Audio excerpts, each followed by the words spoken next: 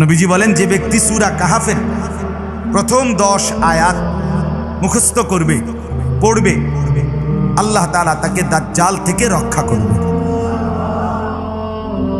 এই সাহাবীর থেকে বর্ণিত আরেকটি রিওয়ায়াত, আবু দারদা, আরেকটা হাদিস, মান কারা আল আশরাল আওয়াখির মিন সূরাতিল কাহাফ উসিমা মিন ফিতনাতিদ দাজ্জাল। যে ব্যক্তি সূরা কাহাফের শেষ 10 আয়াত পড়বে, আল্লাহ তাআলা তাকে, নবীজি বলেন, দাজ্জালের ফিতনা থেকে রক্ষা করবে। তাহলে সূরা কাহাফের প্রথম 10 আয়াত অথবা শেষের 10 আয়াত দাজ্জাল থেকে বাঁচাবে, তেলাওয়াত করবে। 2 নাম্বার, পুরা সূরাটার একটা ফজিলত।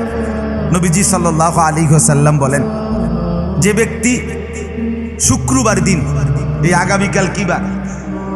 প্রত্যেক জুমাবার শুক্রবার যে ব্যক্তি সূরা কাহাফ পড়বে, 1 নম্বরে আল্লাহ তাআলা তার জন্য তার পায়ের নিচ থেকে আসমান পর্যন্ত পুরাটা জায়গা নূর দিয়ে পূর্ণ করে দিবে। কোন সূরা? 2 নাম্বার, আল্লাহ তাআলা আগামী জুমা পর্যন্ত তাকে যাবতীয় ফিতনা থেকে রক্ষা করবে। 3 নাম্বার, আগামী জুমা পর্যন্ত যদি দাজ্জাল বের হয়, নবীজি বলছেন, আল্লাহ তাআলা তাকে দাজ্জাল থেকেও বাঁচায় দেবে।